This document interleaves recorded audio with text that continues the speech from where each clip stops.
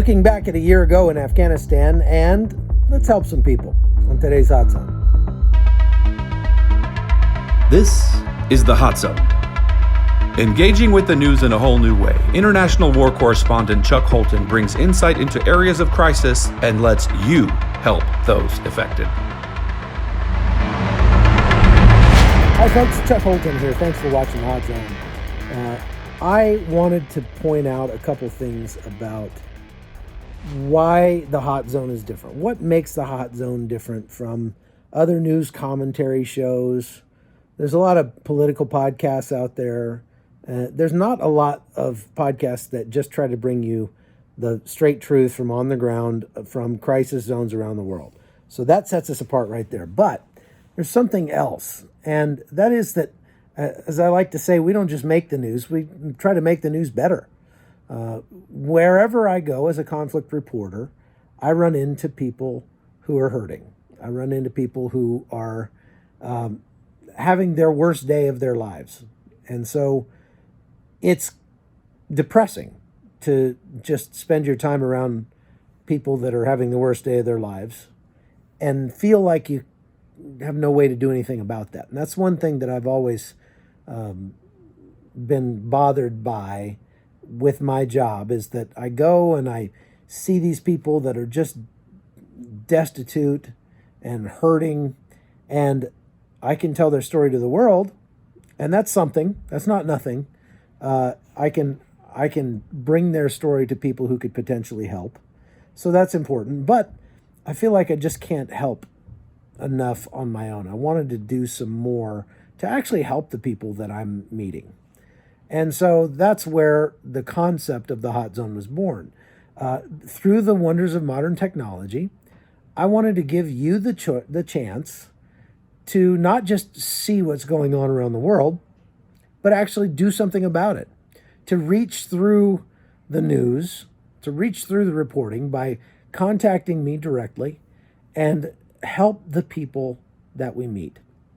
And that's led to some really cool interactions over the last couple of years. We're coming up on 2 years now for the Hot Zone.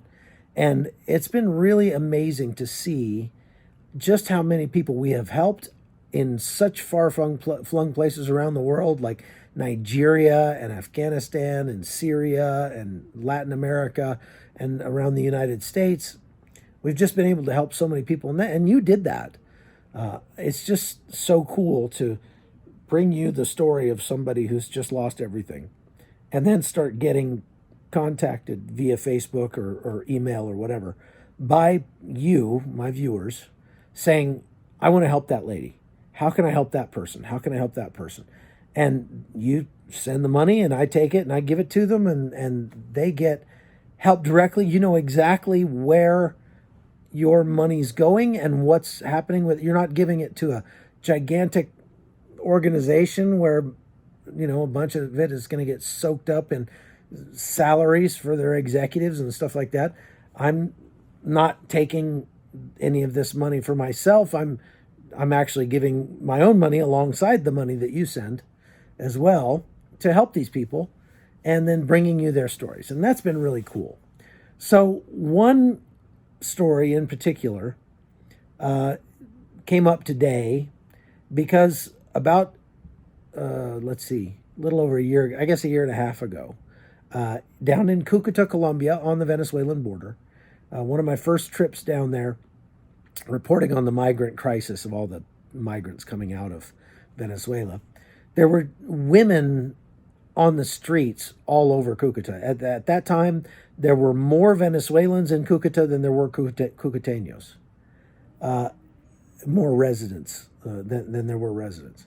So a lot of those Venezuelan women were resorting to prostitution. And I reported on that. One of the most popular podcasts in this whole podcast has been my walking around the red light district in Cucuta in the middle of the night and talking to prostitutes. So that was an obvious problem and still is today. A lot of those women just feel like they don't have anything else to sell. Many of them are married, they have children. Many of them, their families know what they're doing, but they just and they just feel like that's what they have to do. And because the supply is so great and it outstrips the demand, their prices are extremely low, $6 for a night, or at least for a trick, and really eye-opening stuff for me as I went and walked around down there. Well, I met these three girls who were sleeping on the street, beautiful young ladies in their late teens, early 20s, would have been in the prime market for becoming prostitutes. But these three girls were different. They had decided that they were going to do whatever they could not to fall into prostitution. And so they were sleeping on the streets. They were eating at a shelter that was nearby, put on by a local church. And they were just scraping along trying to survive, unsure what they were going to do. So, as I've always said, you've heard me say many times, we can't help everybody, but we can help the people that God puts in front of us. So those were the people God put in front of me. I asked Wendy to watch my car while I went and did some filming, came back and gave her some money for watching the car, and then got talking to her. And that's the key. Like, you can see people begging on the streets all day long and just not know their situation. And for me, giving them money is risky, to say the least, because you don't know if they're going to take it and go buy booze with it or go do, just who knows what, something else you don't know if you're facilitating bad behavior, is what I'm saying. And so I always try to form a relationship with the people that I give to. So I started talking to these three girls and got to know them a little bit and just got this idea. Let's see if we can raise some money to get these girls out of this situation and get them to the next level. Whatever that happens to be for them, whatever that level is, let's get them to the next level so that they're better off when we left and we didn't just feed them for a day or something like that. So that's what we did. And I got the three girls in the car. I got on the hot zone and let people know about their predicament. People very generously sent money.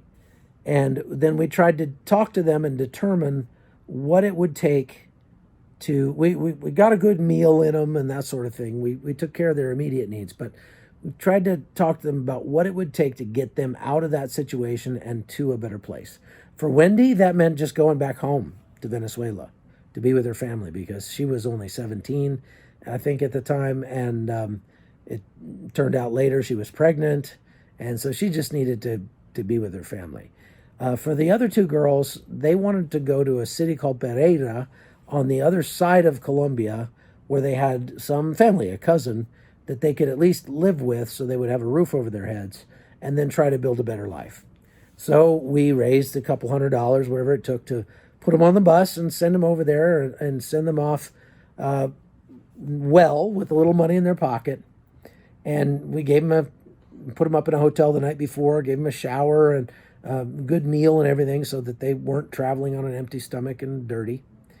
And it was amazing because the people who gave money to those girls connected up with them on social media, kept following them for, I don't know, months at least.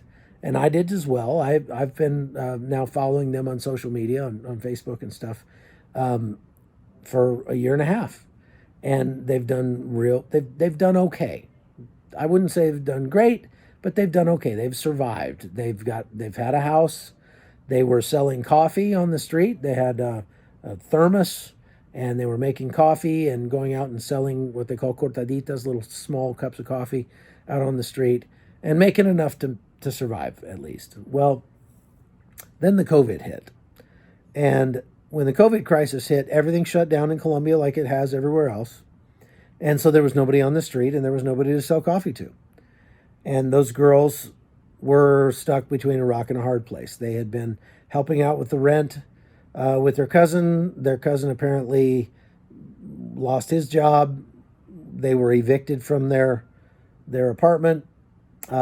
They had to go live with friends. They split up. Oris Melis went and lived with one friend, and Jessica by then had her two daughters with her that she had brought in from Venezuela. And they're little. They're like 4 and 7. And so she brought her 2 daughters in. So she now had her daughters. Oris was there. They had a couple of other girls there with their daughters. They were all living together, and they were in really getting in the worse and worse over the last several months. And it's now gotten to the point where first several weeks ago, Oris broke a tooth right here, and she had tremendous pain. And it was one of those things that, like, this has got to get fixed. It's not something she could put off. It was massive, intense pain, and she had to get it fixed, and she had to get surgery to get it fixed, and that was not going to be cheap. So I sent her about $600 to get the surgery she needed to have her tooth replaced and get and actually not just have a hole in her head, but get a prosthetic tooth put in. So, I didn't want to just leave them hanging. And then they contacted me in the last day or so and said, hey, things have gotten to the point where we got kicked out of our house. We have nowhere to stay. We're sleeping on a rooftop of a building in Pereira. And she sent me these pictures of her daughter sleeping on the rooftop. And, can you help? Now, I want you to know that these girls have not come back to me and continuously asked me for help. Many of the people that we have helped in the 2 years of this thing have all of a sudden immediately thought that we were like an ATM machine and started coming back to me on an almost daily basis begging for help. And I just have ignored those people for the most part. I want to help, but I want to avoid creating dependency, and I want to avoid being seen as the great ATM in America. So, these girls have not asked for much help at all. They've let me know their situation, and I've offered to help when I could. But in this case, they're really in a bad way, and they need housing is what they need. Now, obviously, things are a lot cheaper in Colombia, and so I asked them, how much do you need to pay rent for an apartment, where you guys can at least have a roof over your head? And they said it's about 600,000 pesos, which comes out to about $165 a month. So I went on our Patreon page, I went on the Facebook page, and I put out a call and said, I'm going to try to help these girls get a roof over their head. If you'd like to help too, send what you can, and we'll do the best we can for them. And I've just been overwhelmed by how generous everybody has been. A lot of people are just sending $10, $20, $50, something like that. A few have sent more, but we have raised about $2,500 for these girls. And that means that we can get them set up in an apartment where they've got a safe place to stay, a roof over their heads, and food to eat for probably a year if they're smart with their money. And man, that's awesome. You guys did that. And so we're not just, helping for a moment so we can get the Facebook picture, so we can look good on our social media about helping people. We're keeping up with people. We're forming relationships with the people that we help, and we're seeing it through to the bitter end. That's how I see this. And these girls have been taken advantage of. They've of course been propositioned many times. They're beautiful young ladies, and at first when they met me, they were a little creeped out, I have to say. Some old fat guy with gray hair coming over and being friendly to him and asking him a bunch of questions and then offering to pay for things. They were kind of skeptical, and especially Jessica, the older sister, was like, yeah, what are you going to want from us? And I just so desperately want them to know that there are people in the world who are not out to take from them. There are godly men out there who want to just help them and don't want anything in return. And I think that's been a little bit hard for them to understand. But I got a sweet message from Oris today. She said, I told my dad in Venezuela about you, and he doesn't believe me. He doesn't believe me that you are just sending us money and don't want anything in return. And I told my grandmother about you in Venezuela, and she says that she is keeping you in her prayers. She's asking God to bless you. So there's a little grandma in Venezuela somewhere praying for me, and that's pretty cool. I like that. So you guys had a part in that. Thank you for doing that. I just wanted to take a good chunk of today's podcast and give you an update on those two sisters and let you know that we've been able to help them a lot. We've really been able to do some good for them. And I tell them, look, I didn't know you well enough to want to help you for no reason. That I didn't just show up and see you and say, I just want to go give those girls money. That's not why I'm doing this. I'm doing this because I was God's enemy, and he sent his only son to die for me so that I could be with him for eternity, so that I wouldn't rot in hell like I deserve for all eternity. And I'm so grateful for what he did for me that when he asked me to help the least of these, to help people that are in need, I take that seriously, because that's my thank you to Jesus for what he did for me. And so I don't have to love these people. I don't have to know them. I mean, I do love these girls now. I've gotten to love them because I've gotten to know them for a year and a half. But at first, I don't love them. I don't know them. But I don't have to love them. I just love Jesus, and I do what Jesus asked me to do. And I look forward someday to finding out how God used your generosity and mine to help these girls onto a better place in their lives, and to maybe help them, touch the lives of others. So that's pretty cool. Okay, so that's all about that. I wanted to just go back and relive the glory that we had a year ago, just about this time, when I was in Afghanistan and got to see my son. Today is my son Mason's 23rd birthday, and he's gotten to be here with us. He finally got leave from the Army after like 2.5 years with almost no leave. He got to take leave and got to come home. And so we're having a big party for him. You can probably hear people laughing in the background because they're out there just having a great time without me, and I'm going to hurry and finish this so I can get out there with him. But a year ago, he was in Afghanistan, and I got to go visit him, and that was an unprecedented thing. People don't get to go visit their kids in Afghanistan. But I did, and I got to make this video about it, and I wanted to share that with you. So enjoy, and we'll see you again next week.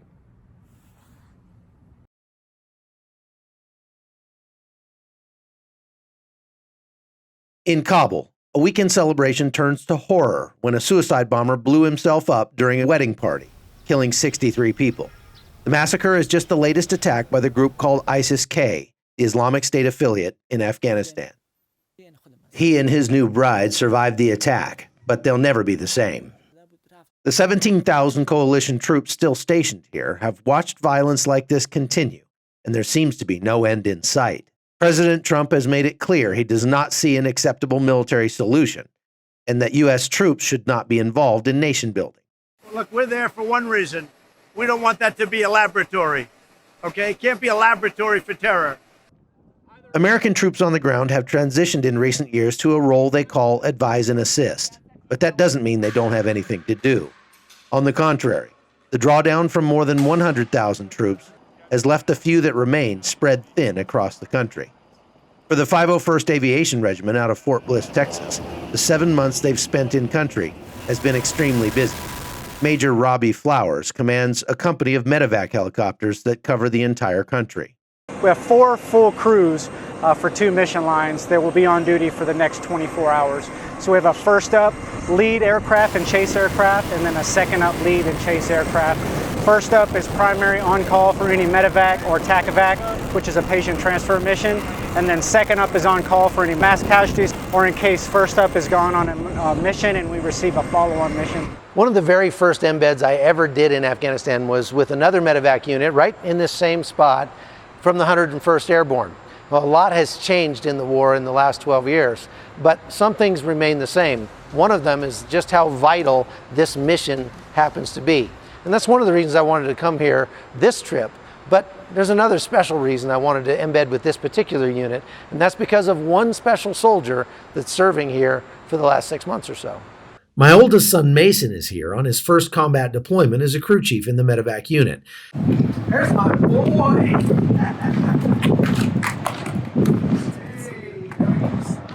We even got to go flying together. First time my dad went to Afghanistan, I was about 12 years old. I remember being a little bit worried about him not coming back. And then once he came back, I remember seeing the footage that he took over here. I remember seeing blown up Humvees, people getting drug out, brought back to the helicopter and getting flown away. And I always remember thinking it looked so cool, it looked like the Wild West. Being a part of Dust Off is probably the most rewarding mission set, I would say, out here. We're trying to help people, keep them alive, and get them back to a place where they can get a higher level of care. Honestly, it's not unexpected for my dad to come out here to Afghanistan. I would be almost more surprised if he hadn't come out to Afghanistan. But I'm just glad everything worked out and that his trip worked so that he could come out here. And there's no shortage of wounded. Mason's unit can get called on to respond in minutes, any time of the day or night. Without fail, I take my pants off, take my shirt off, and we get a mission. So I'm here in the ready room where they are preparing to go on a mission, and right behind me on the television is more news from El Paso, the hometown of this unit, about the horrific shooting that happened there. And so aside from the concern that these guys have getting ready to go out and put their lives on the line here in Afghanistan, they've got to have this on their minds, thinking about their loved ones back in El Paso. I'd never have believed that one day I'd be reporting from Afghanistan, riding on missions with my own son. But after 18 years, America's longest war may finally be winding down. And if President Trump has his way, these may be some of the last Americans to ever deploy here. From Bagram Air Base, I'm Chuck Holton for CBN News.